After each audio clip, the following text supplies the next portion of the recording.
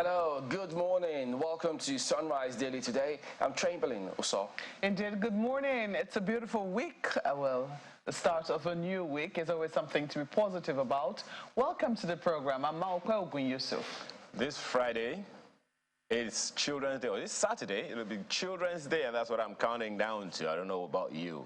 But today is 22nd of May, 2023. Yes, it's Saturday, Children's Day for children like us. Amaya Makinde, good morning and welcome.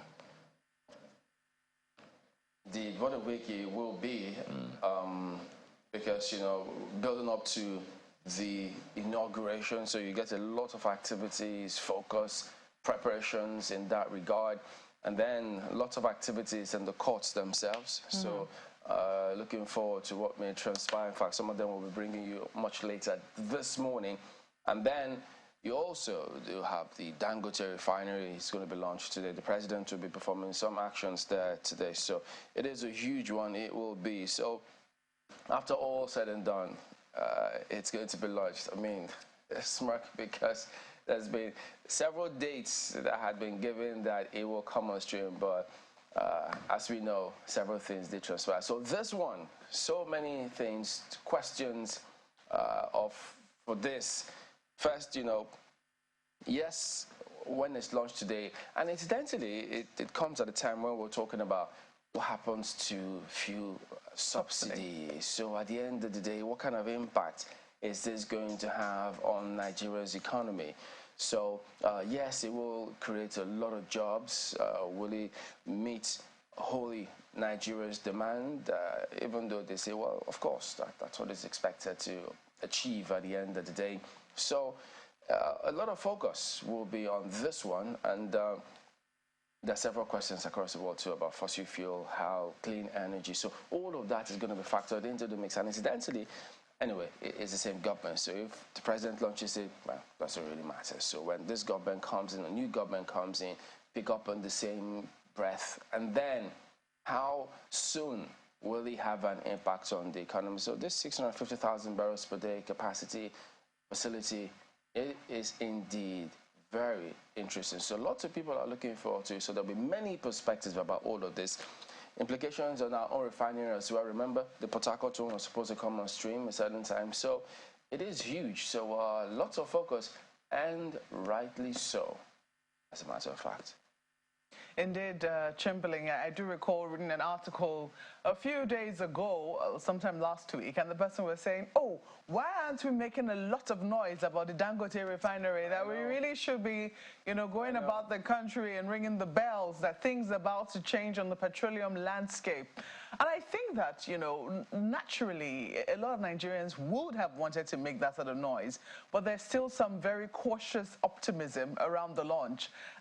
Yes, indeed, it's something to celebrate that finally, after how many years, at least a private individual was able to set up 650,000 capacity refinery. I think it's a single train refinery somewhere in the Lekki deep sea port. So that's certainly a very big achievement, not only for Dangote, but also for the Lagos state government, who was able to ensure that that investment took place in a place like Lagos. I think other governors have been asking that the federal government makes it possible for them also to be able to have those kinds of investment come in. So part of what would need to happen is the dredging of the sea around their own areas. So let us hope, all the waterways around their own areas, let us hope that, as a result of the advantage, when you see the 650, look at how humongous that particular, look at just the pictures, how large it is. I mean, and look at how many people, just think of how many people will need to operate that refinery, how many people will need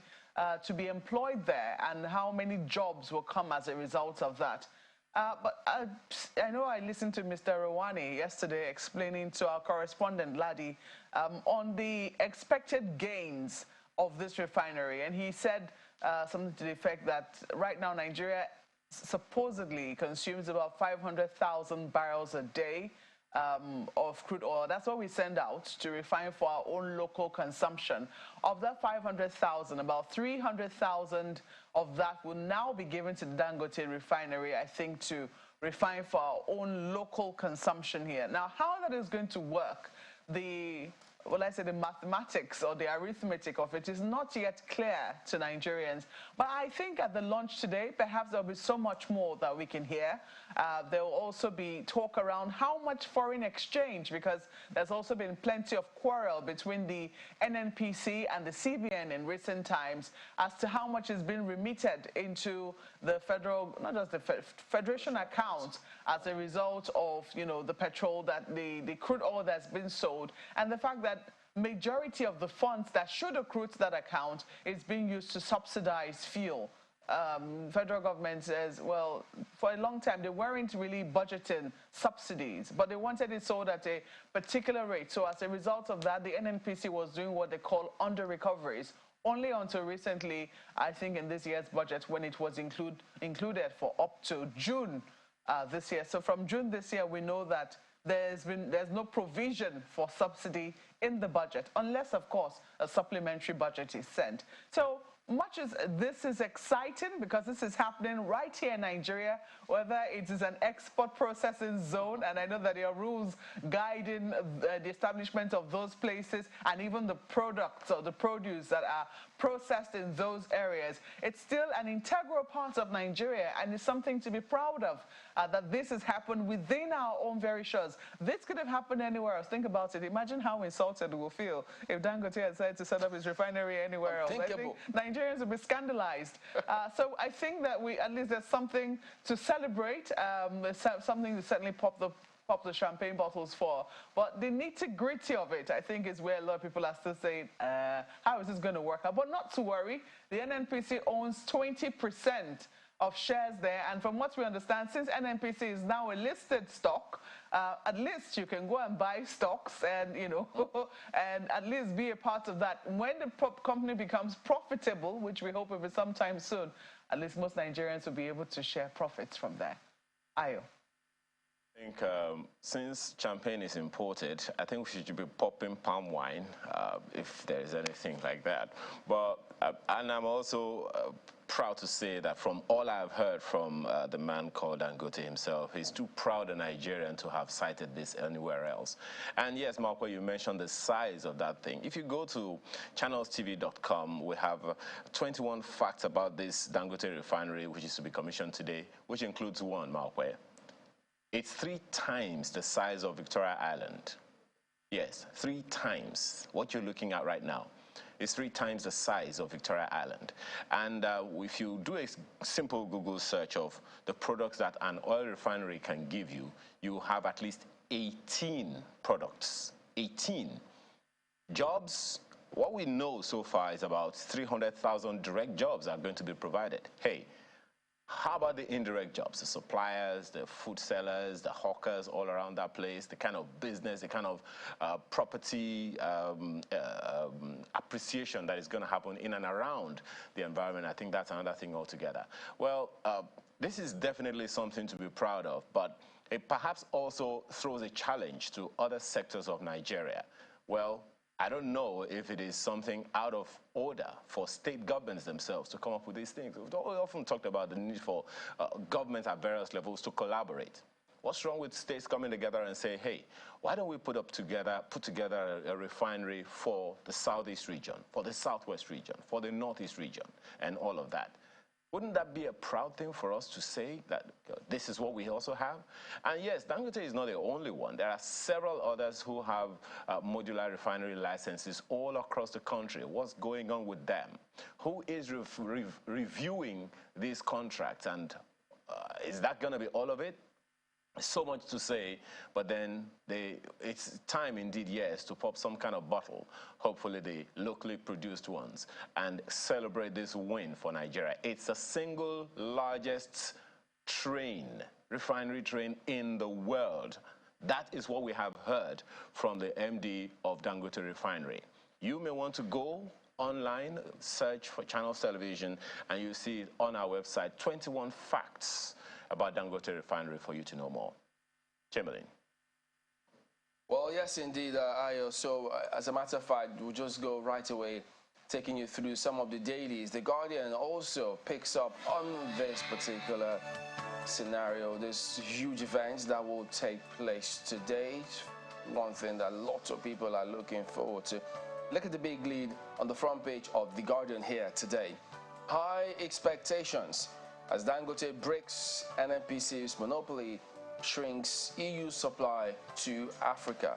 So lots of expectations really about this in terms of the impact when it's being operationalized. Remember diesel, all that talk about it already being deregulated, yet the impact, the price of diesel, cost of diesel per liter over the roof, many saying it's impacting so many businesses between 800, 900, so it's a lot. People say, look, manufacturers are growing, several perspectives on that one. So how will this impact? And part of what I also highlighted in terms of where you could get all of those facts and figures, if you do go to our website, you also get to see that the diesel and gasoline from this refinery will conform to Euro V specs. So since NNPC, sole importer, they've got shares here. Of course, it will impact on importation. All of that huge demand for Forex, of course, is expected to impact on it. And then the big one, the exchange, the value of the currency against the dollar. Many also expect some sort of impact on that one. So you could imagine if this comes in stream, we stop the importation, we refine our crude locally, take away the pressure, demand for Forex, manufacturers get those products, then you flood the economy with goods and services, people get back to business out there. Shouldn't anyone look forward to this? Okay, well, that said, you also get to see at the bottom strip there, May 29, security, economy, restructuring, Southeast peace, top lists of demand from Tinubu. You'd always have demands. I mean, lots of people looking forward to that as well. Higher mortgage rates dampen real estate affordability investments. And related to that one, 5,000 distressed residential office properties flood real estate markets. So there you go. That's The Guardian this morning. Well, I couldn't resist this picture on the front page of Leadership. It's what's making me take the paper this morning. You know how the president has always said, I want to go home. Look at. Is it pointed to the way home? Sorry? Is it pointed to the way home? No, just take a look at him in that outfit. Looks like he's already on his farm. Oh. That's him pointing. Looks like he's pointing to some plants or something. Well, this certainly looks like what he'll be looking a lot like in his retirement setting. But look at this. 7 days to go. Buhari shifts gear. Residents brace up as PMB's return to Daura enters final phase. That's the lead story there, and they've got a very apt and interesting picture to capture it. You rarely see the president like this. This certainly must have been taken somewhere where he was really relaxed and, already feeling his farm, or maybe at least some farm. You cannot tell if it's his own or not. But you might get more details on page 4 of the paper. You also want to look at a number of other stories. CCTV project. Court asks federal government to account for $460 million Chinese loan. Okay, this is one of the most scandalous stories ever, that we borrowed money to do a CCTV project right here in our federal capital. And many years down the line, or a few years down the line, the CCTV which was done has now been vandalized. It's not working, at least in most parts of the city, it doesn't function. And yet we have to pay back these loans. So you have to ask, really, when we take loans, are we aware of the implications? Aside from using them for what we want to use them for, do we maintain them? What about our maintenance culture? These are big stories. So it'll be very interesting to see what will happen, since the court has now asked that indeed the federal government account for this on the request of SERAP, which is doing this in the public interest. So let's take a look at the bottom here. 5 African presidents join PMB to commission Dangote Refinery today. So Nigeria certainly will be busy hosting presidents. And this certainly has implication not only for us here in Nigeria, it's also supposed to have some prospects for other African countries who for a very long time have depended on Europe, for their petroleum supplies. Reps minority leadership, Atiku, Wike in fresh war. That's also there on the, what are they worried about? Details on page 4 for you. And 10th NASS, Yari Kalu G6 turned down the emissaries. Okay, so they want to go the whole hog. We'll see how it eventually pans out when June comes and a new NASS is inaugurated. We'll leave it there for leadership newspapers. This Nigeria newspaper this morning leads with a story about the National Assembly, the 10th National Assembly, and this is what you have on its front page. 10th NASS, Northwest may lose one presiding officer slot for balancing. Stories on page 2. North Central favored based on last election performance. Details you'll find on the inside pages. And a rather unpleasant story right under the pictures on the front page. Bandits kill 9, injures others in Kaduna as herdsmen murder vigilante, wound another in Delta community. Well, this is definitely a challenge to governments at various levels, the federal and states, because this is not a legacy any government wants to leave while in office. But there's this intriguing story right beside that nameplate, everyone. Over 70% of Nigeria's food export rejected abroad. That's according to NAFDAC. The story is on page 2. It's definitely something we don't want to see, and we spoke about this, Malkwe, if you remember. We spoke about this, but the fact that people, our exports are rejected over time. I wonder then what we consume in country if what we export is 70% of what we export are rejected abroad. It definitely is worrisome. Perhaps a challenge here for the Standards Organization of Nigeria and the Export Promotion Council of the country. Several other stories, some of which have been mentioned already, but let's leave this Nigeria right there. Well, take a look at Daily Trust. 6 top sectors awaiting Tinubu's magic wand. Experts advocate new security architecture think tank. Power grid crashes, I'll go get on that one. Power grid crashes, dog energy sector. 77 trillion naira debt amid rising inflation. So it's an economy that needs a lot of oxygen, a lot of CPR, as a matter of fact, so that it'll bounce back on its feet. So all of these areas here, you could imagine. Nigeria imported 1.5 trillion naira raw sugar in 6 years. So, and I want to speak about security issues here. So this one at the bottom strip, the unfortunate scenarios that surfaced last week, killings in different parts of the country. Then you see this one here, bandits kill 15 farmers in Kaduna, Benue. It just appears they just keep running riot and almost at will. You know, because when you read these kind of narratives, and not forgetting that comment from the Sultan, you just wonder what that does to the minds of people, really. That's Daily Trust this morning. And Abuja Inquirer, talking about what's happening right here in our city. That's the Federal Capital Territory. Look at that. Countdown to inauguration in Abuja. Massive security deployment. Hotels fully booked. Artisans count gains. Anglican Church set agenda for Tinubu. The story is somewhere on page 3 of the paper. And look at that. Nigerians kick over UK students' family travel ban.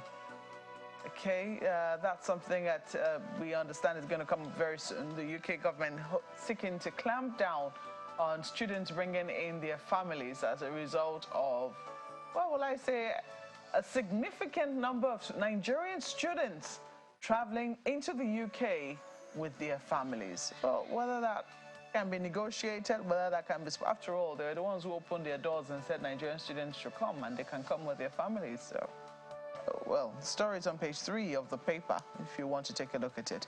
At least 37 policemen killed in 3 months. That's perhaps a research. The story is on page 3 of the 37 policemen. Let that sink in. 37 policemen killed in a space of 3 months. Force headquarters mum on development. And they have a number of other stories. NASS renovation complex will not be ready before inauguration. That's according to FCDA. And look at that. Kidnappers kill ex-head teacher in Abuja. Very sad story. The picture there, I know those children will never forget the visit of the vice president. I mean, that's certainly something that they will not forget in a very, very long time. Let's leave it there for the Abuja Inquirer. The Vanguard newspaper is next pick this morning, and what do you have on its front page is manufacturers in dire straits as unsold goods hit 470 billion naira. Definitely a very, very troubling one there. How do you do business without assurance that you make the money back? That's the Manufacturers Association of Nigeria, points at low purchasing power, cash crunch, as 2023 FPM's tax hike threatens sector survival. FMCGs report up to 60% sales drop. Wow. That's a tough one, but the details you'll find on page 23 of the paper. Right above the nameplate, if you've been asking questions about the Dangote Refinery commissioning, well, there is a comment. There are some comments attributed to Aliko Dangote. Why we went into the oil business. Story you'll find on pages 10 and 11 of the paper this morning. In the Malay on the front page, you find this one. 1999 Constitution, states reduced to pathetic beggars. That's ascribed to Akeredolu. Stories on page 5. Find the details of that right there. This is a rather interesting comment on a Monday morning by Mr. or Mrs. Mr. is saying, rather displeasingly, the money I gave you for the market was not enough. Eh? Nothing is ever enough with women. Do you think we pluck money from trees? Men wear the shoes, so we know where it pinches. Backing Mr. Mrs. response. Let's hear what. Don't women wear shoes too? At least now we know. Switch to the Nigerian Tribune this morning, and what do you have on its front page? History, hope, as Dangote Refinery begins operation. And a number of riders there, Buhari to inaugurate world's largest single refinery today. 5 other African presidents to be in attendance. Refinery to process 650,000 barrels per day, sits on 2,635 hectares of land to provide employment to over 100,000 persons. Moman, Ipman, others list necessary things for its sustainability. Most certainly needed advice, I guess. Story you'll find on page 6 of the Nigerian Tribune this morning. Right under that picture on the front page, 10th Reps Leadership, G7, Great Minority Caucus adopt consensus candidates for Speaker, Deputy. Say Tinubu's presence during inauguration won't stop us. Find that story on page 22. G6 insists on meeting with Tinubu. I'm a little confused. I don't know if you are. G7, then G6. Find the details if you are interested on page 22 of the Nigerian Tribune this morning. Then right above the nameplate, UK to ban Nigerian students, others from moving family to Britain. Does that sound like a think again? You'll find that one on page 2 of the Nigerian Tribune this morning. And look at Nigerian News Direct. That's next. And you'll find this one on its front page. Buhari, 5 African countries to commission Dangote Petroleum Refinery. Find that story on page 22 of the paper this morning. And this paper is also interested in the failed Abuja CCTV project. Court orders Buhari government to account for $460 million Chinese loan. That's a little concerning. It's 7 days to the end of the administration. Court wants the government to account for $460 million, a Chinese loan, and the issue Malcolm raised is quite significant as well. So we're borrowing to protect ourselves too? Well, It's definitely something troubling. Right beside, we're still above the nameplate, Matawale's $2 million bribe allegation. We will not bandy words with suspect, EFCC. Story is on page 2. Several other stories on the front pages of all the papers we've looked at this morning, but that's too much of those we can take right now. We'll take a short break, and when we return, it's time to plunge into the issues for the day. Please stay with us.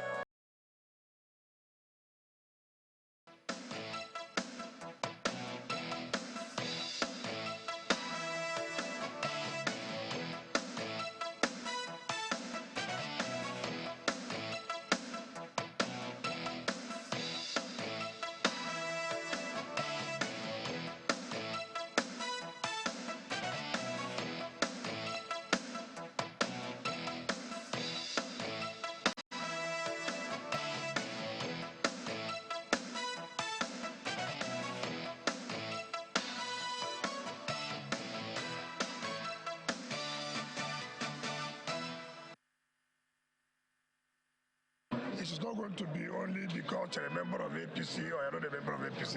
You want Nigerians who have the capacity to help him to deliver what will make Nigeria to be great.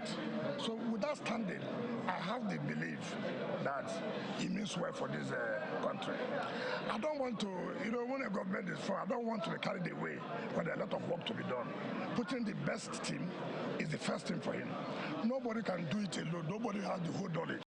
But the capacity to put in the best in will determine that, yes, this country is now ready to add to what the present administration has done. So I have that belief that he's really ready for the job. No president can do very well if he does not have that leadership that will cooperate with him. You remember what happened in 2015? That affected the performance of the present administration. So I think that the APC should see it for the interest of Nigeria. Let them respect the leadership of their party and the president to move forward.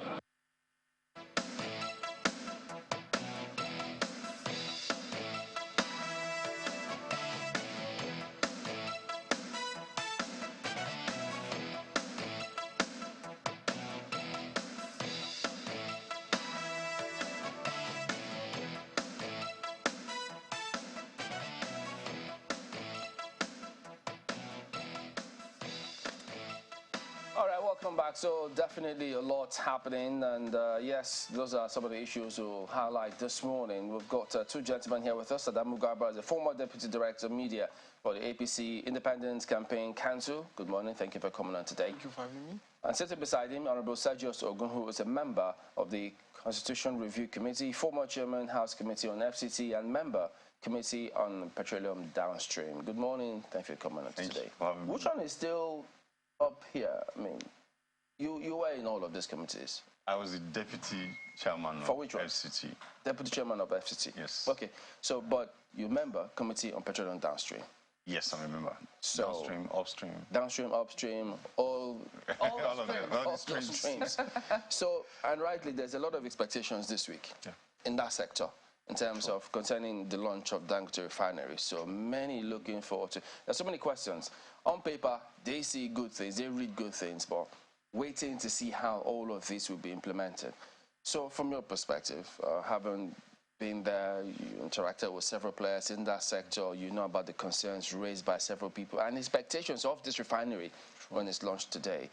So what should we expect? What kind of impact is this going to have now concerning all of those challenges we have in this country about petroleum products?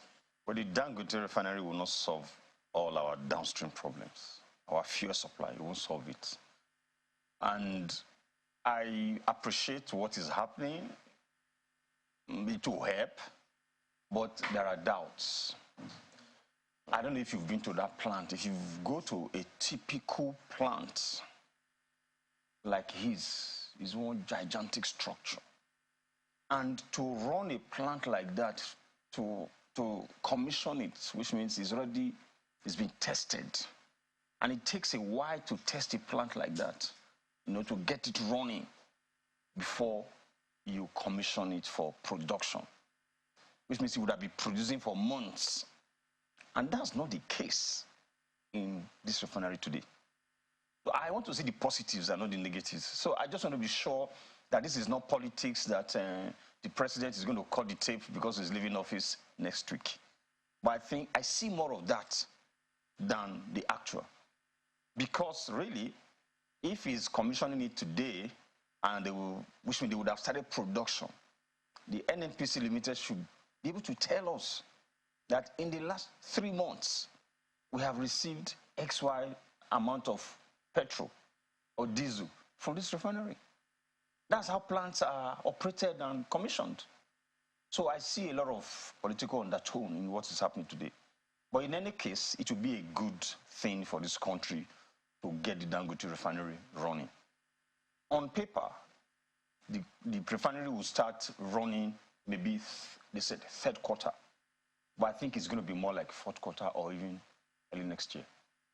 Okay, so while I can appreciate your cautious optimism, what I think a lot of people will be interested in is when, because we all know that even if it starts running, or even if it had been running, because we also see from the pictures that our correspondent was able to send to us, you know, using drone shots, etc., we saw that the gas was being fired. You know, gas was being burned. So it showed that there was some sign of activity already ongoing at the plant. So perhaps, you know, maybe they have actually started and they haven't just made it as clear as possible. I imagine that today we would know in full detail during the fine speeches that will be given, you know, just what to expect. But let's even say that it is in the 4th quarter that this eventually all, you know, goes full steam, because 650,000 barrels, that is a lot for one refinery to consume every day. What are your expectations from that refinery for the Nigerian upstream and downstream sector in the country? Yeah, my expectations will be at least we will save a lot of money from importation of petroleum products. But again, cautious optimism. Let me just add that because it's a plant, we will not get 650,000 barrels a day from day one. Oh, yes, certainly. You know, you have to start, you know, before it becomes to, okay.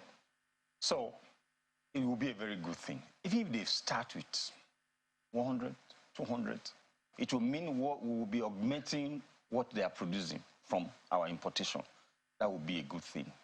And most of us are excited and looking forward to that. Like people say, well, you're not going to save too much money from it because it's actually the price of crude oil that determines the refined product. Yeah, but for a layman, even the shipping, even those vessels betting on the high sea, and you are paying dollars to move back and forth, some of that will go. So we also pray that there will be some honesty on the part of the businessman that has invested so much and on the part of NNPC to make sure that there's transparency and there are no hidden charges that will come back to the ordinary man. If we do that, it should ease the supply, one, and secondly, bring down the cost of importation and the cost of dispensing it at the pump to the ordinary Nigerian. Mr. Gaba, what do you expect? Yes, to be very candid with you, I'm going to take a more optimistic approach to this, because if you look at the impact that this is going to have on Nigerian economy, we are saving almost $10 billion per annum. That's 40% of Nigerian savings. It's clear, it's stated. In fact, CBN published this. We are creating direct job almost 22,000 and a combined indirect job of about 178,000. So when you look at this, this is a huge economic activity. And if you go back even to statistics that was published by OPEC in 2020, we exported about $25 billion worth of petroleum product, that's crude oil, and we ended up importing nearly $75 billion into this country. When you look at the value chain of petroleum product that we import, nearly losing 45 or 43 point something billion dollars. So these are the kind of value that we expect to save for Nigeria when we have this refining capacity taking place in our own market. So to the best of my knowledge, since we have readiness for commissioning this, I think we should be able to welcome a huge opportunity for Nigeria. This is like the largest refinery project in the whole world. It's been certified. And every other thing associated with this refinery have to do with the benefit of Nigeria. We should not forget the fact that the fallout of us pushing our crude oil out and then refining it to import was from an SAP program that started during the military era. So it takes a journey of our democracy from 1999 to now to have a compliant National Assembly that work together with the presidency to sign the PIA to enable this opportunity. So when you look at this, you will see clearly that I think Nigeria should celebrate this. All Nigerians should stand up and celebrate the opportunity that comes to our shores. Well, yes, in terms of when it finally comes on stream, but realistically, because he's talking about what to expect realistically. So if this is commissioned now, the layman, lots of people will expect that we're supposed to hit the ground running. But I think what he's saying is that, well, not immediately, that they have to be cautious, because if you raise so much expectation, now that people are talking about fuel subsidy to be or not to be, many will say, but wait a minute, you people have commissioned, is why we're still arguing about all of this. And so isn't this government supposed to factor all of that in, or perhaps even Tinubu's government when he does come in after this commission? And so I think that is the point he is making. Do you appreciate that? I appreciate what he's saying, and the fact that he's even in the committee of the downstream sector, perhaps he has a lot of information about this. But I want to also say that, it is a clear stand that the next administration is going to remove subsidy. It was made very clear on the statement of incoming president. He said very clear on many places that he's going to remove oil subsidy. So if removal of oil subsidy come live, we will need this kind of refinery to supplant it. And don't forget, the subsidy became a problem to Nigeria because of the excessive use of Forex. And the fact that we are going to remove the subsidy and still use Naira to transact internally with Dangote Refinery, I think is going to have a smooth sell. So yes, we can expect a plan to start now, and then we have the perfect production at full capacity for 650,000 barrels. But again, we have started something that is unimaginable in the history of Nigeria. We even have our own local refineries that refuse to work, simply because of the interest of international market that constantly work to make sure that we don't operate our refineries. Now that the market is freed, there is an enabling law that will drive this free market system. So you're admitting that government failed in that regard? Not really. Government tried their best, and that you know that government is not a very easiest partner in running private businesses. And I think the government took the best approach by privatizing NNPC and then also investing in Dangote Refinery and bringing in mainstream. This, to me, I think is a very good deal for Nigeria. I saw you nodding. I'm not. You see, we are making. He is a politician. So he's making. Aren't you? Exactly. An elected official am I missing something? Yeah? pointing at somebody else. Four fingers pointing right back. I say most times that I'm an accidental politician. Oh. Yeah, because I say it the way it is. Accidental or not, politician is still ascribed to you. Yes, in the sense that I'm a serving House of Representative member, because I had to go through elections. But with his postulations, very soon they will come back here. It's not enough to spin these things, because they're going to come back and spin it. And that is why Nigerians these days don't believe in government anymore. Just say it the way it is. Why do you think they'll come back and spin it? Yeah, because from what he's even saying, it's not realistic. I know, okay, I just told you earlier, if that refinery is producing, it should have been producing the last 6 months or 3 months, to talk about the official commissioning today. So they should have been able to tell us, this is the quantity that's already coming from Dangote Refinery, pre-commissioning. But that is not happening. And now today you are telling me that, okay, we are excited. Of course we should be excited that we have a local refinery that's functioning, but we are not nearly there. We are not nearly there, so I'm not excited. And they will come back, that spinning, they will come back to this studio and spin it. No. Let me say something. You see, you have nearly 18 countries that come together when you look at the combination of the engineering companies that form this refinery. And we don't expect this largest project to be at the verge of getting commissioned without passing through all the test checks and balances possible, without passing through the refining back and forth. We had a lot of information about this Dangote Refinery. It's a huge information that if you Google, you will see what they have done extensively. So I believe all those things have been put in place, and I believe it's a very strong credit to the government of the APC. And I believe we'll continue to consolidate the successes. The government of APC. The PDP government under Jonathan already granted concession of USD to Dangote, it didn't start under this administration. So maybe you don't want us to go into that. Dangote Refinery didn't start 7 years ago or 8 years ago. All the approvals and everything started long before then. The land was allocated by the APC government of Lagos State. Okay, well, I think, so gentlemen, I think it's APC. You know, the National Assembly will have a huge role to play in all of these things, because they will ensure that certain laws, policies, formulation, and things like that. So ordinarily, the Nigerians will expect that it doesn't matter who becomes, you know, principal officers, because if it's to quote unquote the interest of the country that's at heart, they could just go ahead and do it. But it appears as though that is not the case now, because we see different regions just angling, different presidents angling to become speaker, deputy speaker, president of the Senate, deputy. So all of those is huge for politicians in terms of how they play. We've seen a lot of activity over the week, and there will be more this week. So from what you've seen, where do you see all of this tussle going? Because it appears as though this is for their selfish interest.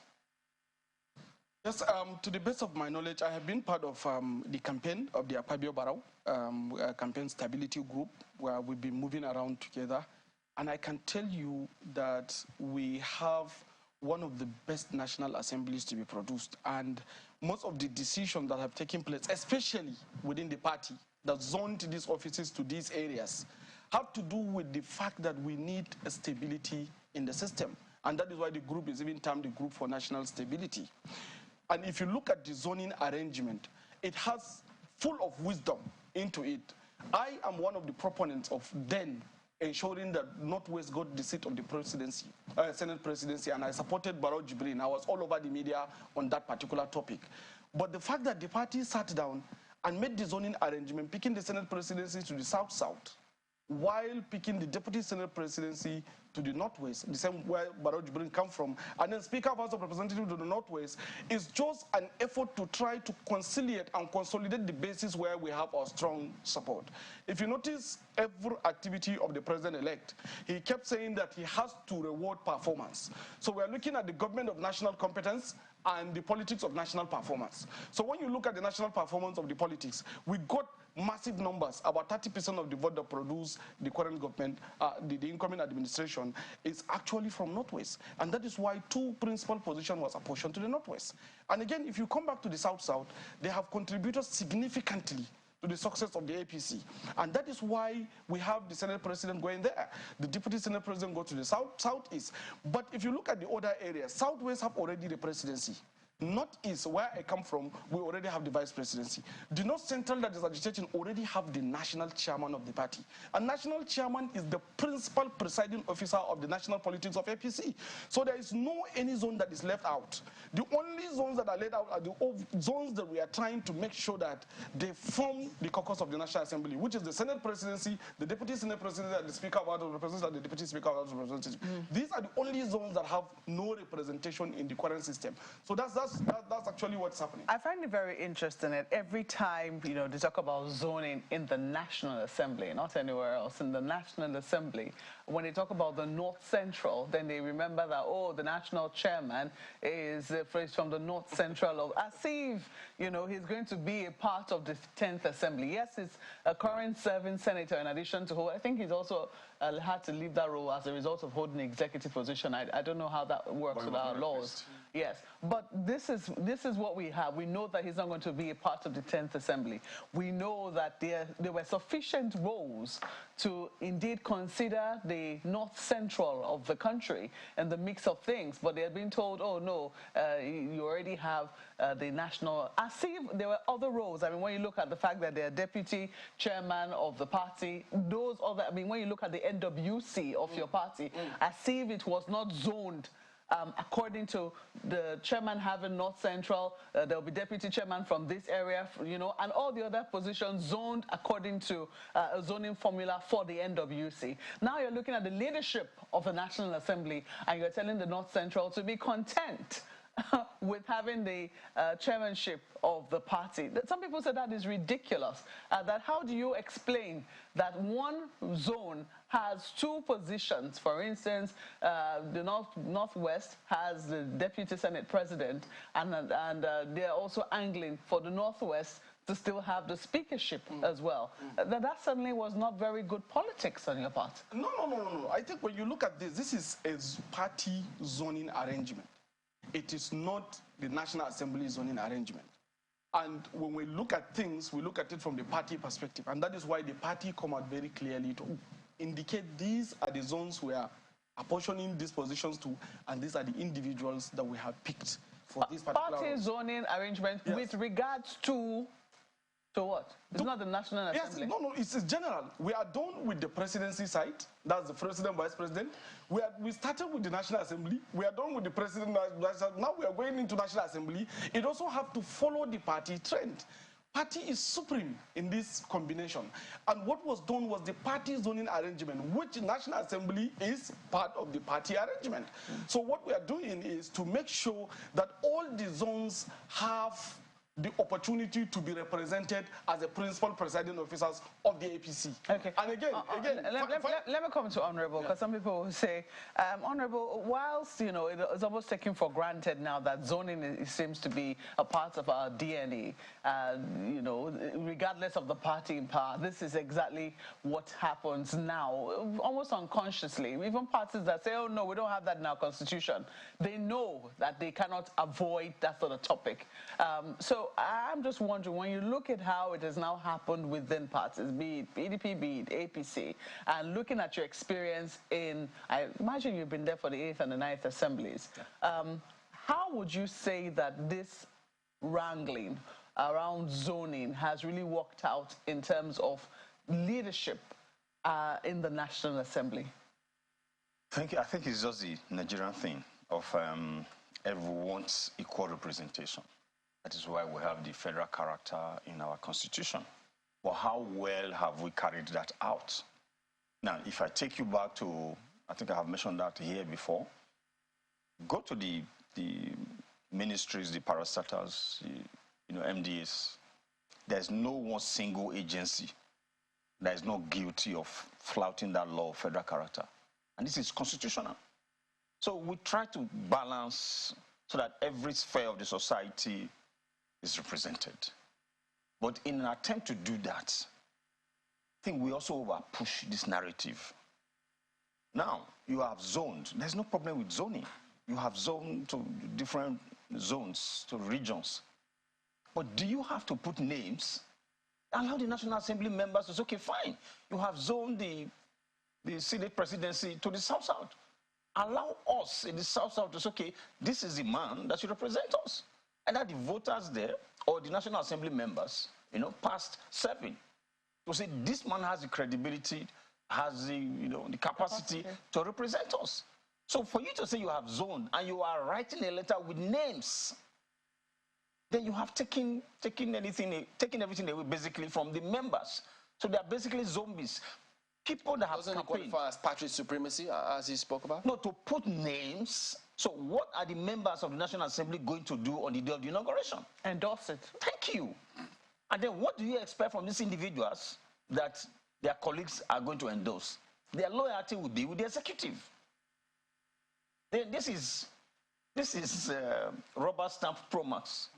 If you said the Net Assembly was rubber stamp, well, maybe this one would, I don't know, I don't want to call them names. We started with the petroleum sector. We didn't get the perspective questions from our colleague Ayo, so perhaps I imagine that he may like to also go back there with both of you gentlemen. Ayo, please go ahead. Thank you, Chamberlain. Just a quick one, Honorable. Listening to you and the cautious optimism that you're putting into the conversation, it just raises a question on my mind, because you're a member of the Upstream Downstream Petroleum Committee in the House of Representatives. So I'm wondering if there are some information that people need to know so that people can understand the perspective from which you are speaking about what may be spinned in the next few months to come. Well, thank you, Ayo. The information we have is that the commission, or rather, the refinery will come on stream from 3rd quarter, or most likely 4th quarter. To see this rush for the commissioning, and as I said, I think it's political. But again, I already explained, to commission a plant like this, it would have been producing for a while. And if it's been producing for a while, the NNPC needs to come out, the Dangote Refinery needs to come out and tell Nigerians how much they have pumped into the market. I mean, talking about if it's PMS or diesel or heavy aviation fuel. You know, but we don't have that record, we don't have that information. But just to tell us now that the president is going to commission it today, when you have not been able to tell us you have been producing for this number of months, and this is what you have been able to put in the market, I think something is wrong there. Well, and it's so easy to verify this. This is not a case of... Malcolm, you know, said something the other time that, you know, the pictures that we saw some flaring going on, some fire, you know, I mean, some activity at the refineries. Is it significant that, according to information also available, which I'm sure you know about, the Dangote fertilizer plant has already been active, and I suspect it's around the same vicinity. So is that something to ride on? Is this something significant to make a case of? Yes, we know the Dangote, the fertilizer arm of that refinery is working already. It's been commissioned and is working. But the part that will produce PMS and AGO, we are not aware is working today. Yes, when you flare, you are testing the plant, and it's a huge plant. You are testing. But it's just a simple question. Let NNPC come out today and say, well, we have been testing, function testing this refinery, and in the process, this is what we have produced. It cannot be that you have crude oil, you know, and you have been processing them in that refinery, and you are not telling us how much, because definitely there will be differential in pricing. It's not the same amount of, the amount you will pay for the fuel that is processed, for the crude oil that's processed in Dangote Refinery, that you pay for what is imported. Okay. Well, so that raises the next question. I mean, NNPC is our baby today. Yeah. That raises another question, Honorable, very, very quickly, because I know that we're running out of time. Moman, that's the marketers, major oil marketers in Nigeria, are raising issues about what can guarantee the sustainability of this project that every Nigerian, including yourself, I'm sure, is proud of. They said, and I quote, "The government's policy on Forex has to move towards single window. The World Bank and others have said that multiple window, apart from lack of transparency that it brings, is also discouraging people from bringing their dollar to the country." Now, they're raising this around the issue of supply of the product and all of that from the Dangote refineries. How significant is that for you? And perhaps some other information that you think has bedeviled the petroleum sector until now that need to be addressed for this and other modular refineries hopefully coming up to be sustainable? Well, I think we are all in agreement in this country that we should have a singular dollar rate. You can't have one for government and have one for the private sector. Then I have been here in this studio and I've talked about how much the vessel owners are charging, you know, and they charge in dollars. The MPA will charge you in dollars. NIMASA will charge in dollars, and these are government agencies. And then the vessel owners are going to the black market to buy dollars, not government rates. And that is why today NNPC is the only component importing petroleum products. So it's very significant that we have agreed on that, you know, that you shouldn't have one rate for government and one rate for the private people. So what is stalling that? They have been raising this. My apologies. What is stalling that? I mean, as you said, it's something that everyone agrees on, and I'm assuming that the House Committee on the CBN also may have made that suggestion. So what is stalling that kind of thing? Because it's not only the people in the oil sector that are complaining. Everyone in the manufacturing sector is complaining, those who have to import raw materials and all. So what is the issue? Why is it that maybe the House of Representatives or the National Assembly is unable to compel the CBN to do what is necessary? Because I know from his own direct comments that the Vice President has also made that suggestion, I think, a year or two ago. Well, Ayo, this government will be handing over power to the next government next week. So I want to be very charitable today and say nice things about them. So don't make me say negatives about them. No, let's just know, because if we don't cross this hurdle, my apologies, Honorable, if we don't cross this hurdle, it's just going to continue. This is not about saying uncharitable things. It's just giving the facts, not necessarily being sentimental, just giving the facts. Why is it the House Committee on the CBN, why are they not able to compel the CBN to do the needful? Well, you see, we have used the word deaf and dumb when we describe this government. Deaf and dumb. I have tons of motions on charges to the ordinary man. When an ordinary man has an account, for not even doing anything on that account, the account is charged. I also brought a motion on why even the CBN governor should be arrested and prosecuted based on the ways and means. There are tons of motions I have brought on CBN, but nothing is happening. So maybe if we go deeply into this, we'll be talking about the rubber stamp National Assembly. But I don't think that's the topic we want to discuss here today. We have sent tons of motions to the committee on CBN. Again, like you know, after the investigations, recommendations are made to the executive. It's not the responsibility of the National Assembly to execute. You send recommendations to them. The outcome of those investigations. Okay. So when I tell you about a deaf and dumb government that's on its way out, I'm sure you know what I'm saying. I mean, you have lived in this country in the last few weeks or months or years. All right, well, let me ask Mr. Garba, go to the issue on the table as you have proposed, Honorable. Well, Mr. Garba, you listened to the governor of Rivers State in our opening comments, you know, the comments that gave a background to this discussion that we're having. He is making the proposition that, look, let the members of the party comply or line up with the party. Let the choice of the party be respected by all and sundry.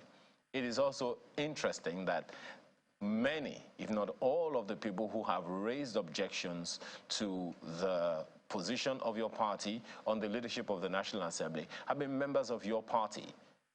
And I also, you know, read from what Governor Akeredolu has said, that look, if we continue in this direction, we're already laying booby traps for the incoming government if it does not have the cooperation of its National Assembly. What is the reason for which that members of your party are not agreeing? Because from what you have said, and a number of people have also said, this whole zoning arrangement is just political, has little or nothing to do with governance. Thank you, Ayo. You see, one of the serious problems we face in Nigeria about the National Assembly politics is the expectation that the National Assembly, as another arm of government, should be antagonistic naturally to the executives. Meanwhile, what is expected is the cooperation for the national sustainability and growth. Like my honorable here said, Robert Stamp, or that deaf and dumb, I don't agree with him completely on this at all. Why? Because National Assembly is supposed to provide the enabling laws and framework to enable executive to execute their offices. That is their job. And therefore, you have a lot of complementarity and compatibility in achieving this. But the situation whereby you go wholesomely antagonistic, attacking and being an activist within the National Assembly system, is perhaps maybe the reason why, my honorable, you didn't come back to the National Assembly. Right? Now, what the party did, what they are supposed to do, is that the party decided to make zoning arrangement and dedicating these positions to particular individuals to avoid any form of ambiguity. We used to have ambiguity whenever you throw the zones open. Like, for instance, in Northwest, we have someone who is not qualified by the Senate rules, customs, traditions, and precedents, like Senator Yari. He is just a new senator-elect, but he's wanting to be the Senate president. So this is the consequences of opening of something. This is the democracy that have lasted for 24 years, that is planning to have a successful transfer of power from one government to the other in the next 7 days, the 7th transfer of power.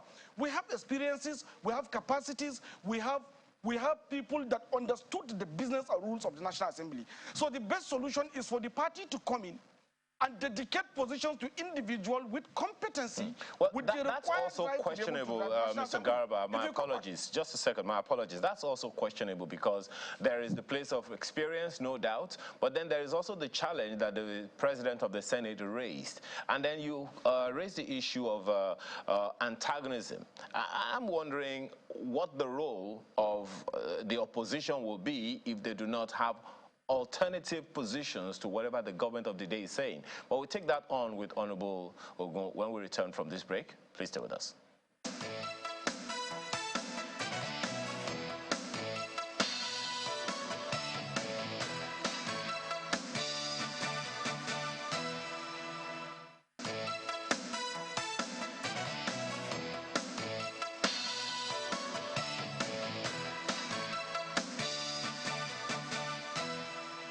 Thank you for staying with us.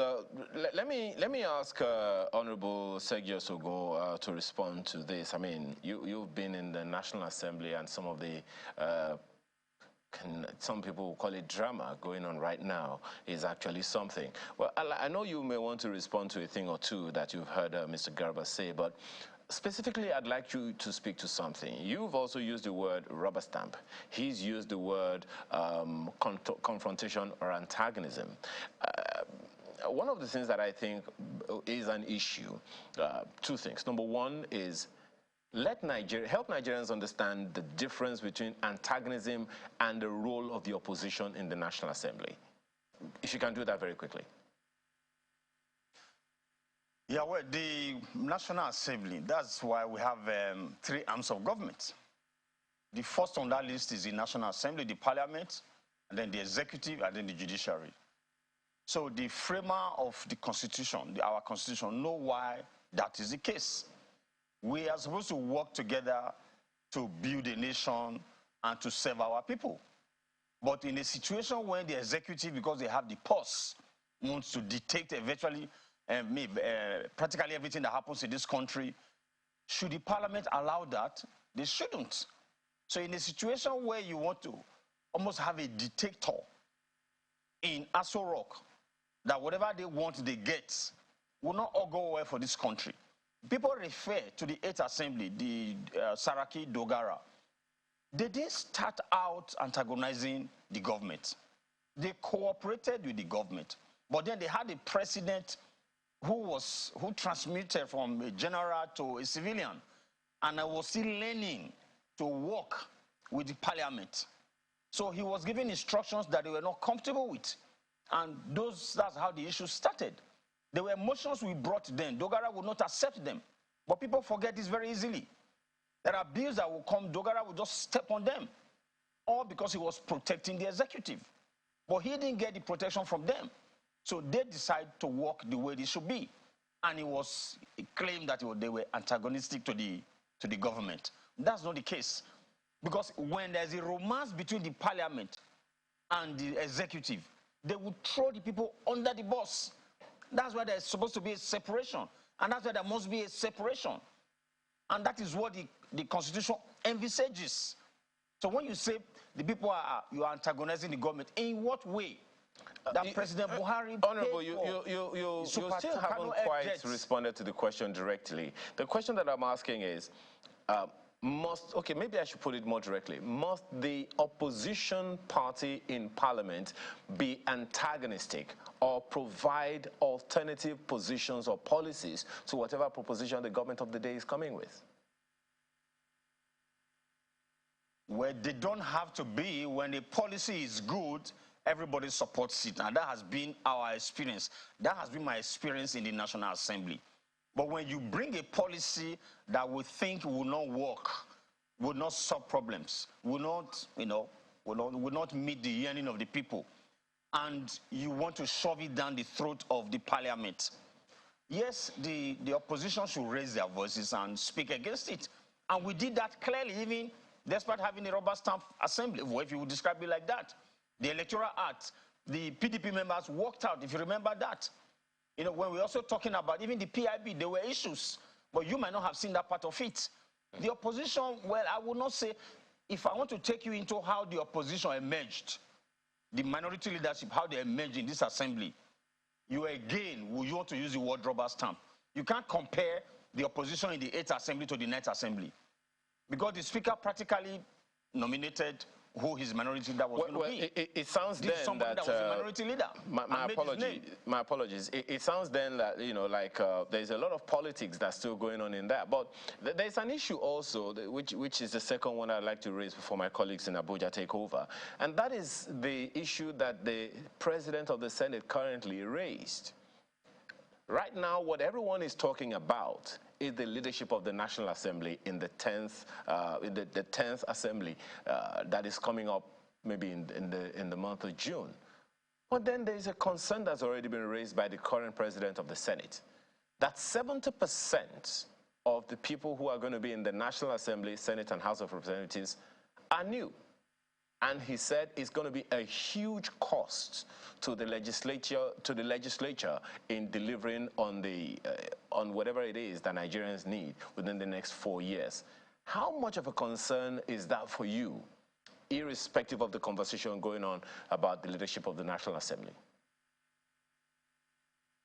Well, this will take us back again to what I think Mark mentioned earlier, zoning. That zoning is almost in our DNA now. Well, my brother here said something about maybe that is why I am not returning to the National Assembly. But you know, when we met there, I had told you I opted not to contest. My constituents are listening to me. If you don't buy a ticket, will you win a lottery?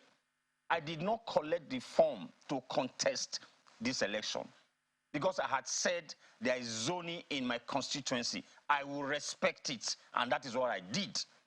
So for some people, that was the case. They respected the zoning, and because Nigerians now, we say, okay, we should all share in this pie.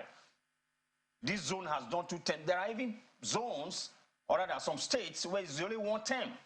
So now to answer your question, that can be very expensive. Because in the National Assembly, you have what we call institutional memory. The new guys are coming in now.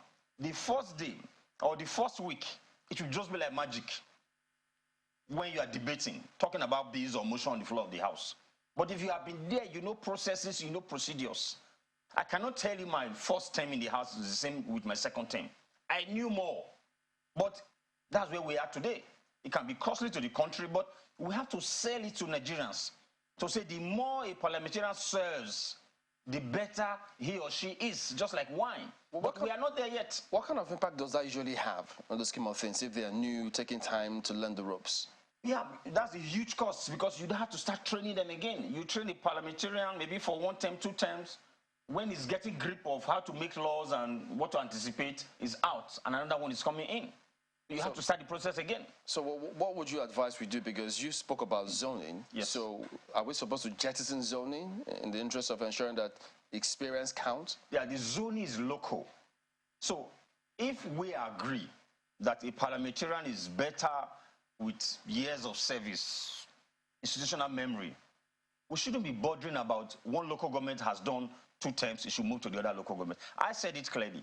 Those before me, the gentleman before me did 2 terms. The one before him did 2 terms, but he wanted to continue, and then we fought it.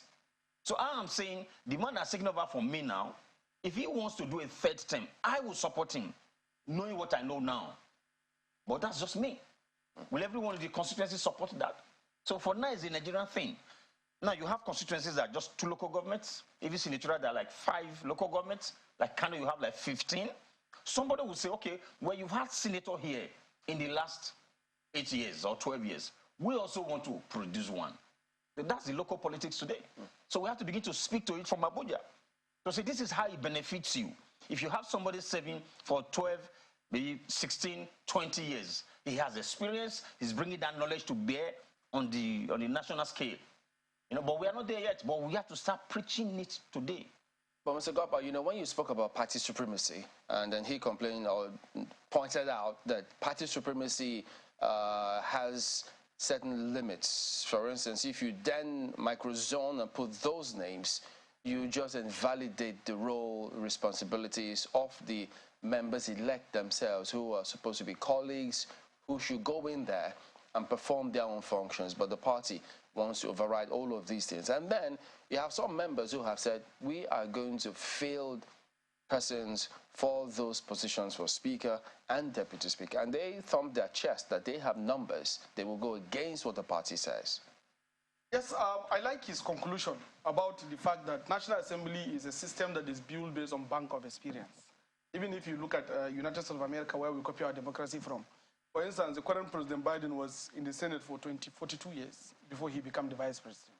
You don't throw out an experience because people get better as they stay longer in the National Assembly. So you don't carry your experience and throw it out simply because you want to honor some certain arrangement. And that is why our party took corrective measures.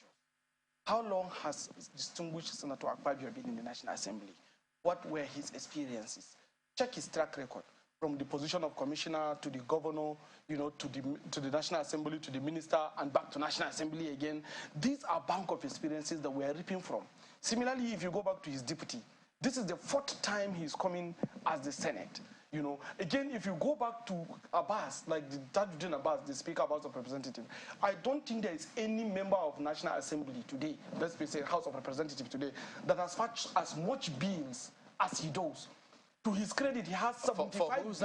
Yes, Tajuddin Abbas, the aspirant for the Speaker of House of Representatives. Well, he should know. He's a member of the House. Yes, he should know. Yes. And I see that he's shaking his head. So let him say something about that. In fact, I'm telling you, the last bill he passed was National Broad Transportation. So hold on a minute. Is that right? Yes. He's not. But you see, when you say this is all political, they should list the bills. Yeah, if I say somebody should come to the studio and drink water, how does that help Nigeria? The bills are there. Go. Yeah, it's a bill, it's an act, but how does that help you? How does that help the common man on the street? So list all the bills, the ones that we are sent to, list them. Then let's talk. That's why I now mentioned National Blood Transfusion Council that he signed recently. Now, is that not helping Nigerians? So we don't have a bill like that. I think, is it? That was the last one. Did you say the bills that were passed or the bills that were sent to by the president? The bills that were passed in the National Assembly. So if they are passed and not sent to by the president, what impact will it have? If they were passed and not sent by the president, does this still count? This is procedural. It has to pass through the procedure to get it approved. But at least a bill has been prepared, presented, passed first reading, second reading, and passed.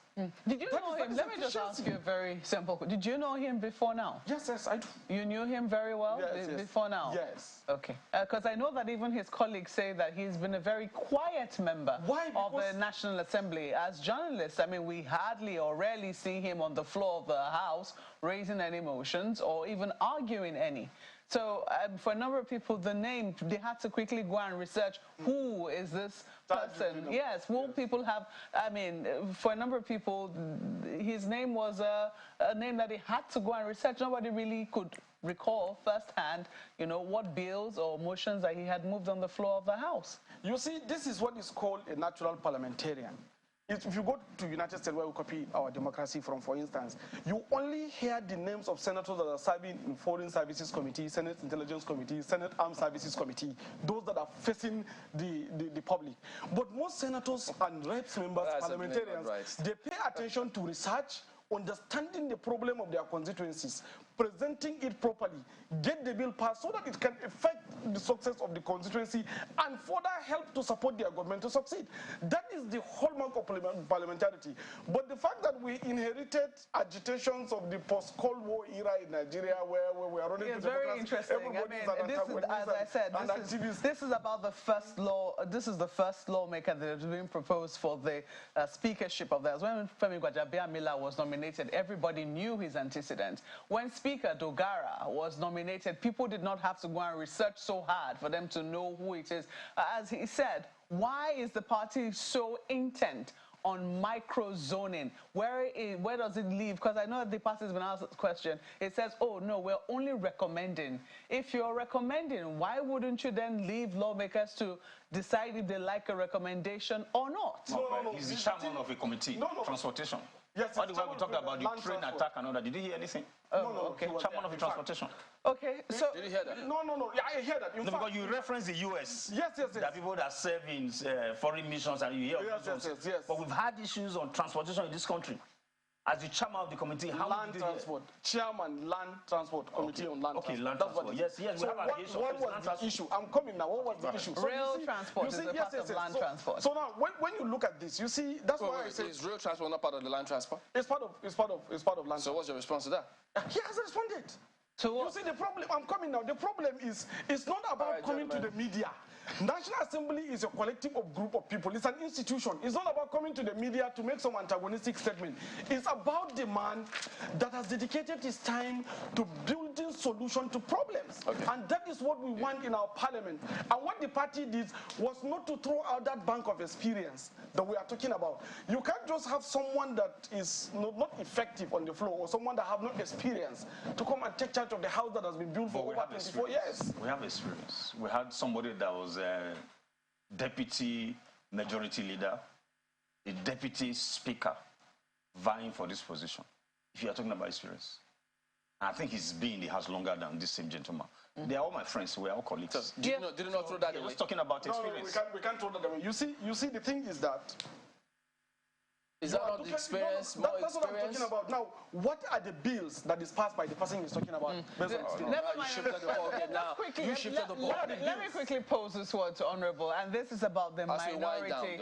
Yes, the minority position, because we also see, there's plenty of talk on what is happening with the APC and its own zoning arrangements. But what is happening within the minority leadership, because we also hear that is also a very hot topic right now.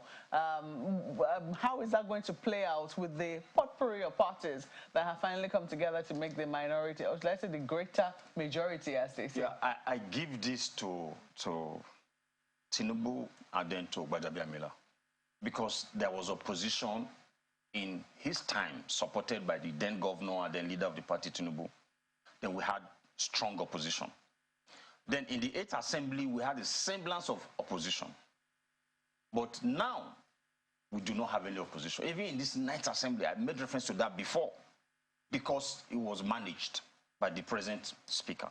Haven't been in opposition. Of course, he knows how to manage such things. So we have almost killed opposition in the National Assembly. And going into this election now of the speakership, I don't even see any opposition. The man that supported the Saraki Dogara is the one talking about the need to support this government now. Wike. He was the pillar behind their coming out and winning.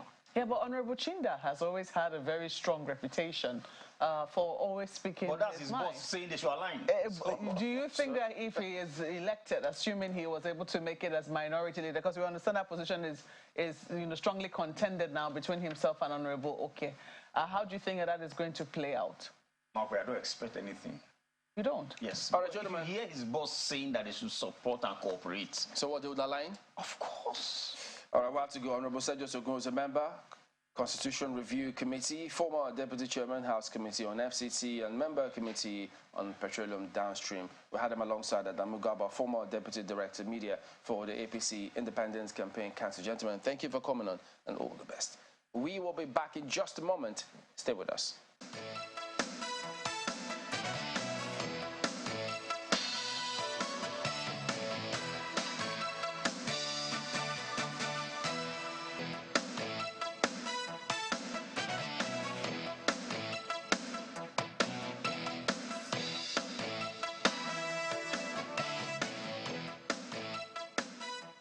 Well, that conversation is an unending one. Dr. Monday Ubani, Chairman, Section of Public Interest and Development Law at the MBA, joins us this morning. Thank you so much for joining us. Thank you. Well, you've seen the judgment. All the stories are out, and a number of people have also seen the slides we put up earlier. But then there are also suggestions, that maybe there is some press release put out by the court saying, Abia State wasn't involved in that judgment, that it's only Kano State that stands and all of that. Help us understand that, first of all. What's the issue? Thank you very much. I have a copy of the judgment order. In that particular judgment order, Abia was specifically mentioned. Even though at the last paragraph of his ruling, he made a specific statement that he cannot make an order ordering INEC to issue a certificate of return to any of the other parties. I'm sure the first runner-up in Abia gubernatorial election, that he cannot do that because they are not parties in this particular suit, meaning that there was a prayer for him to issue, to order INEC to issue certificate of return, since he has now declared that the votes that was actually given to the gubernatorial candidate then was a wasted vote, going by his ruling. But the good news is that the certificate of return is still with Dr. Alex Otti, and whoever has certificate of return at any point in time will be the one to be sworn in. INEC has not withdrawn any certificate of. I was really surprised when somebody called my attention to that ruling in faraway Kano. So I was wondering, is he before election petition tribunal, because that is the appropriate court that can remove an elected officer. I mean, a candidate that has been elected. So I was wondering. Somebody said no, it's Federal High Court. I said, on what premise, on what basis? Then in the afternoon, we got a copy of the ruling, and lo and behold, the man said specifically that the vote of Abia and Kano and other states were wasted. For the Labour Party. For the Labour Party, were wasted votes and all that. He said it specifically. So we're surprised now to learn a day after that he now issued a statement clarifying the ruling, saying that Abia was not included. That is only Kano that was the target. So I was wondering, was there another proceeding? Because the moment you deliver judgment or ruling, you become functus official, judgment. Did he convey another court who approached him? Was there any application before him for him to make this clarification, or did he just stay in his chambers and issue the clarification over a judgment that he has actually delivered? So it's not too clear. But the point is that we are not taking into all that. The proper thing to do is to bring an appeal, but you seek a leave, from him, since it's an interlocutory ruling, and then have that particular judgment set aside. It can't stand the test. One of the things that you said now is that this matter, removing a governor is the job of the tribunal. Yeah.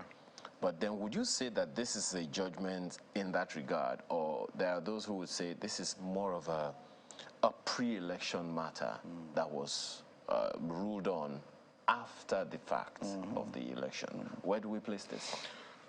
If you look at the grounds for the case, the removal, the argument is that Labour did not submit the members' voters register 30 days to their primaries, meaning that is a matter that concerns the primary election, and that is a pre-election matter, which ordinarily should have come, since June last year, 14 days after whatever the grievance is.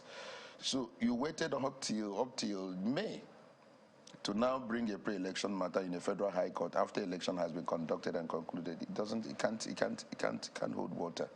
It can't stand. Okay. It is illogical. It is illegal. It's not in accordance with the Electoral Act. It's not in accordance with the Constitution. It's even not, I will call it nonsensical. You don't do things that way. We must try as much as possible to do certain things that people will begin to look at us as a sane nation. So it is clearly wrong. We'll come back. I'd like you to help us understand better. Yes, sir. So this is a pre-election matter. That's correct. That should have been dealt with when? That is 14 days after the grievance. Yeah, if you feel that the grievance has happened at any point in time, and it has come to your notice and everyone is aware, that will affect your interest, you rush to court. Okay. It has to be done 14 days. That is the provision of Section 285, subsection 9 of the 1999 Constitution. 14 days. The moment you don't do it within that timeline, it is statute bad. Okay. It can never be revived by any motion, by any order of the court. It's like a rock of Gibraltar. It can't change it. Okay. It's the law of Persia. It cannot be changed. So, having not done that, an election has been concluded, result announced, a candidate given certificate of return. The proper place now to go to challenge the election and the emergence of that candidate is the election petition tribunal, which is what is taking place now, I think, somewhere in Abuja, and not at the Federal High Court, you know, in as far away Kano. So it's still a little, it brings back the issue we've always talked about, the judiciary. So a judge entertained this case, yes, which should have happened last year, and elections held this year. Before the elections held, you know, we didn't hear anything until now, just 1 week or thereabout before the inauguration of this governor, and this is coming to the fore. So it raises questions again as to the functions of the judiciary, the independence of the judiciary, the incorruptibility of the judiciary, and the impact of the judiciary on our electioneering, you know, political space. You know, as I said, you know, I'm also trying to, I will deliver a paper by the grace of God somewhere in South Africa in June about the intervention of the judiciary in the electoral process in African continent. It's part of the process. Judiciary plays a very important role. If you feel that there is no compliance with the act governing the electoral process in your country, the only arm of government that can deal with this is the judiciary. They look at it and then make a pronouncement. Provided there is compliance, you don't have any issue. But if there is no compliance, the judiciary will determine that. But in doing that, the judiciary should be also mindful of its role in this particular issue of electoral process. Their role is to correct any infraction of the electoral laws, but not for them to substitute the choice of the majority. In now probably overturning the majority's vote and now giving a minority the opportunity now to elect a leader that will govern a state or a country. So their role is very, very sacrosanct, well defined, and I'm sure most of the justices know about it. Theirs is not to come and substitute whatever the majority have decided at the polling unit. No, it's just look at whether there is any infraction. But most time we are seeing a role being played by the judiciary trying to now supplant the majority in African continent, and we have to be careful to know what the role is of the judiciary is with the electoral process, not to come and change the will of the people. But isn't it also a little curious, Dr. Obani, because quoting a statement attributed to Mr. Peter Obi, saying if you're going to be called Excellency, then the process that brought you into the office must also be excellent. That's right. Now, the prayer, as you said in the quote, is that the Labour Party in Abia State did not present the register of members as part of whatever they're supposed to present to the Independent National Electoral Commission. That is an issue, isn't it? Yes. If it is an issue, where then do we place that in the entire Very process? brilliant. You said the other time that, okay, it's already started bad because it is late and all of those things. So if the process is faulty, does it mean that we have to sustain the process, the faulty process, simply because it is out of time? It's just a question. INEC is umpire. INEC is the one that conducts election. I'm sure you are referring to Section 77, subsection 3 of the Electoral Act of 2022. Says every political party must submit the party's register 30 days before the primaries. That is there. Now, you ask yourself, who receives the party's register is INEC. Now, when you conduct a primary election, the purpose of that register is for INEC to know the members of that political party for the sake of primaries. That is why that particular, enactment was put there. Now, that enactment did not provide any consequence. Look at it. It didn't say that if you fail, refuse, or neglect, that these are the penalties or consequences. It's not there. There is none. So it's a primary election issue to know those who will now conduct direct primaries leading to the emergence of a political party candidate, is it not? Now, INEC had all that. When Labour conducted their primary election, they submitted the names of those who won at the primaries because INEC monitored the election. Mind you, INEC never complained. General election was conducted in which winners emerged. INEC never complained. INEC now issued certificate of return to the candidates who have emerged. Because at that point in time, these are internal measures of INEC to check whether the parties have complied with the Electoral Act in submission. So if INEC now has not done that or INEC have seen that those things were complied with, and then candidate has a match, and then certificate of return given, who is the complainant? Who is not complaining? INEC is not complaining. You that is complaining, are you a member of the political party? Even if you're a member of another political party, do you have locals to come and complain that INEC did not? Let's even assume that this thing you are mentioning now, issue of non-submission of a register, is now an issue that should be decided by the court.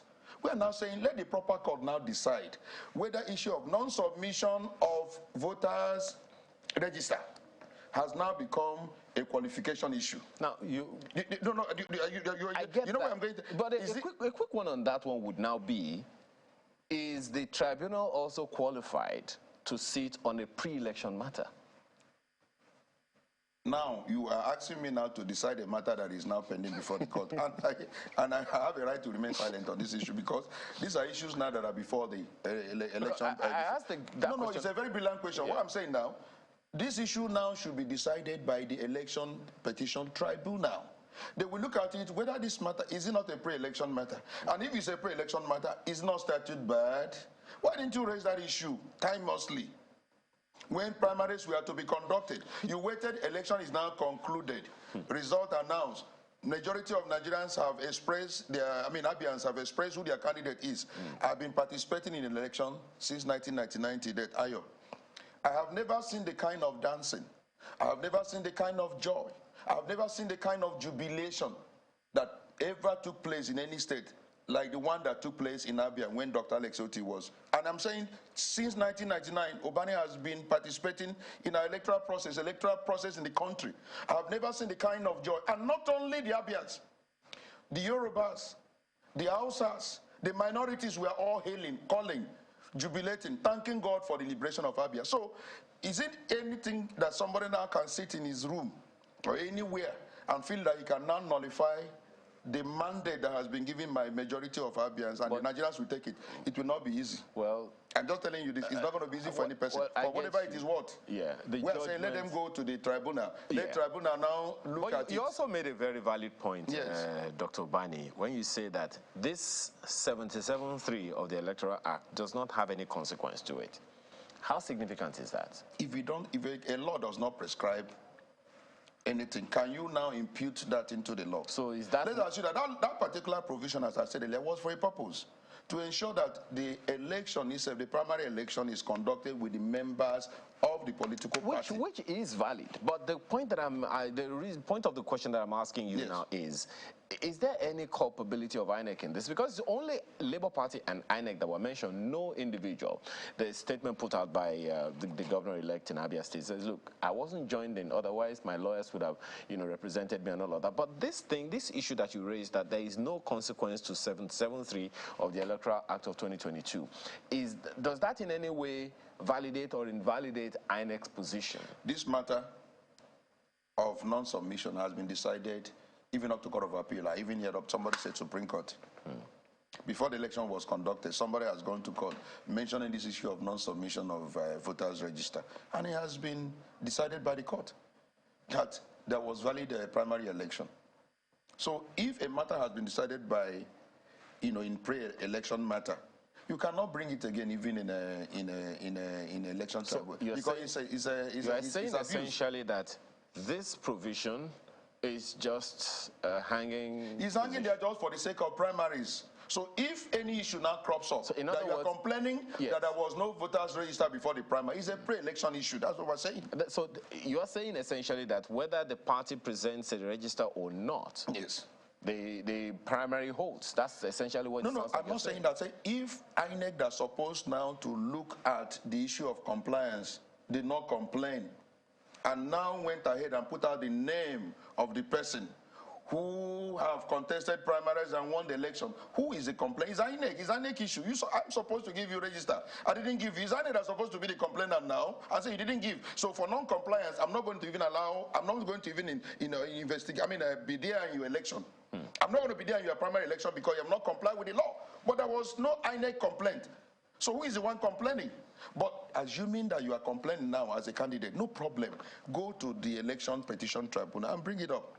it will now be decided whether it's a pre-election matter or whether he has now fallen into qualification issue under section 177. The court will look at it, okay, does Constitution prescribe that if somebody's party do not submit a voters register, that he has become one of the qualifying criterion? The court will decide it. Okay. Well, when you're talking about tribunals, the Presidential Election Petitions Tribunal is still sitting, and my colleagues in Abuja would be taking us to the floor to see what is happening right there, right now. Chamberlain. Oh, just before we go to that floor, you remember that last week there was this back and forth in the courts with the lawyers themselves, and Nigerians are really looking forward to this one. You know why? And that's because, the councils are arguing about different things now. Now, the counsel to Atiku and the PDP, Chris Uche, SAN, prayed the court for an order allowing the televising of the proceedings given importance, seriousness, and national significance of the case. And then that prayer was opposed by the counsel to INEC, Abubakar Mahmood, who says that bringing cameras into the courtroom will defeat the solemn atmosphere that the court is known for. He went further to say that that request for live coverage is unnecessary and uncalled for and should not be granted. In his argument, counsel to Tinubu, Wale Olanigbeku, said he found Atiku's request as not only surprising, but dangerous and capable of prejudicing the court. He also told the court that Atiku should not be allowed to turn the court to a football stadium or a circus ground where all manners of telecast are permitted.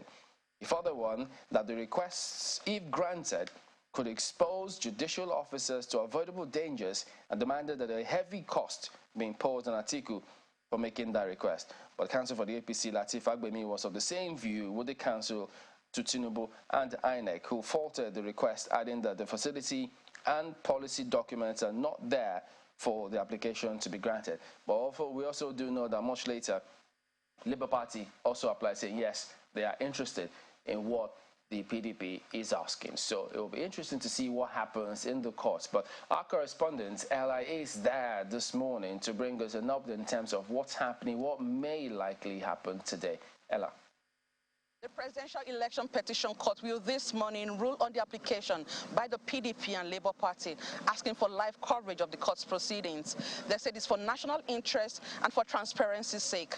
But the APC, INEC, and President-elect had opposed it on the grounds that the court is a place for serious business and not a marketplace or a circus ground. The court has also hinted on consolidating other petitions by the PDP, the Labour Party, and the APM. But the counsels for all sides asked for time to consult with their clients and revert to the court. That is expected to come up this morning. From the Court of Appeal, venue of the Presidential Election Tribunal, Emanuela Ekele reporting for Channels Television. Well, thank you, Ella. Well, when you talk about live coverage, you know the media will be interested. And by the way, there are several ways of broadcasting scenarios. It doesn't necessarily have got to be on traditional media. It could be on online platform. There are different ways. In fact, some lawyers also did say, look, why are they acting as though this is strange? In Kenya, in South Africa, they see similar things going on here. So, and besides, once upon a time in this country, when certain things happen, they didn't show the faces of the judges. It was just the proceedings that behind this, opposite the lawyers who were seated, but you could hear what the judges were saying. So not putting faces to those voices. So different perspectives, different arguments, but who knows what to expect this morning. Indeed, Chamberlain, I think that the judges will certainly have their work cut out for them, but I think what will be very important will be how they eventually rule, and you know, perhaps if the judgment will be unanimous, or whether you're going to be seeing them split right down the middle, whether it's going to be something that majority of the judges will say yes to or no to. We'll see how that really eventually plays out. But some people have also spoken about the possibility of a compromise, because people have spoken about the language of the court. I mean, how many people really can understand the proceedings of a court in terms of how things eventually go down? How is this going to interest the generality of people who are talking about live coverage? People really understand the breakdown, but people are saying that perhaps at the end of the day, what might be a compromise might be delivering the judgment on live cameras. We saw that with the Ekweremadu case, where the case was run not in front of cameras, but eventually when the judgment was given, the judgment was done. The judge was filmed, and all the over about 40 minutes of the judgment delivered by the judge was filmed, and I think it was broadcast. So people were able to watch that judgment, you know, at their own convenience and see just how the judge arrived at his decisions. And I think that's what a lot of Nigerians are really interested in. At the end of the day, when all of the counsel have put forward their arguments, people want to know how the justices of the Court of Appeal, which is the first court of instance in this presidential election tribunal matter, or presidential election court as it's now called, you know, will arrive at their decisions. They want to know how the different matters that have been brought before them were decided upon. I think that for a number of people, that's the meat of the matter. The theatrics will most likely will say, I mean, lawyers will always be lawyers. They are there for a reason. It'll be interesting to watch, you know, never mind the language. It'll be interesting to watch. But I think at the end of the day, for a number of people, what they really want to know is how the judges will arrive at their decision. And you know, if in that light, people want to understand the how, it will help the court, it will help the people understand what transpires in court, how proceedings, how things go, so that possibly it may change their perception about the judiciary. You never know. I mean, people internalize things differently. But on the other hand, it's also different because it's a global village. The world is changing. People want a lot more information, and they want it when they want it. They want to have a lot more say in what happens in different areas. In some climes, judges are elected. And so, yeah, but here, so many traditions, even in some other countries where these things play out. So, but the way this is done, anyway, I don't know how the pendulum will swing. Do we really want our judges to go down the path of election? Look at how No, just because, look, when they come on this show, you hear them tell you, oh, in that country, this happens, in that country, this happens. But you don't hear them tell you some of the other things that happen in those countries and how they arrived at those scenarios. But without asking Mr. Obani to speak about the prayers before the judges, Mr. Obani, I mean, you understand when you're on cameras, what people see, how they react to things. You also, in the Temple of Justice, you go there time and again to plead your case. Do you understand why people are asking what they're asking, and what do you even expect? What goes through your mind when all these cases are going back and forth? You guys are too informed. I listened to your argument. Honestly, I aligned myself with everything you said and Maokwe. The world has actually taken a leap. The world is moving fast. The advancement of technology almost in every facet of life, you know, has actually taken it up to the extent that if people still think we're in 20th century and all that, they are not right. There is so much advancement. And the issue of getting people to participate in everything that has to do with them is a new thinking. We are in a new era. And we see all these nations doing that are even conservative, you know, with regards to legal profession, are all making moves, you know, to change their old ways of doing things. Because technology, every day there is something that is happening in the world. I wrote a paper yesterday on the issue of ICT in administration of justice in Nigeria. We are so backwards. If you go to Rwanda, if you go to Kenya, all their decisions are completely taken over by ICT. Everything from beginning, the filing, the proceeding, the judgment, even the obtaining of the copy of court judgment is under ICT. But here, everything is still done manual, and that's why people can still argue, that you cannot have a proceeding televised. Because we are still thinking as if we were in the 19th century. The world is moving. We have so much advancement in technology. So also people are advancing. Our knowledge also. Even the eagerness to participate in every process in governance and all that, you know, so is also advancing. So I align with all your argument, you know, but you know the matter is still being going to be decided. It's when they decide that we can now look at the reasons they have given, whether it's really suitable with the new era in which we're in, or whether we are still thinking as if we're in 17th century. So let the judgment be given as to whether they will allow live cast, you know, on this proceeding that is supposed to take place. It's a very important, you know, matter in our national life. The issue of deciding who is going to be the president of Nigeria in 2023 for the next 4 years, and the matter is being challenged in court. So it's important. People want to know how this matter is decided. it's important that they want to know how it's decided. And so I align with you guys are well enlightened. You have analyzed it, you have spoken so well, but let's see what the decision of the court is concerning this matter.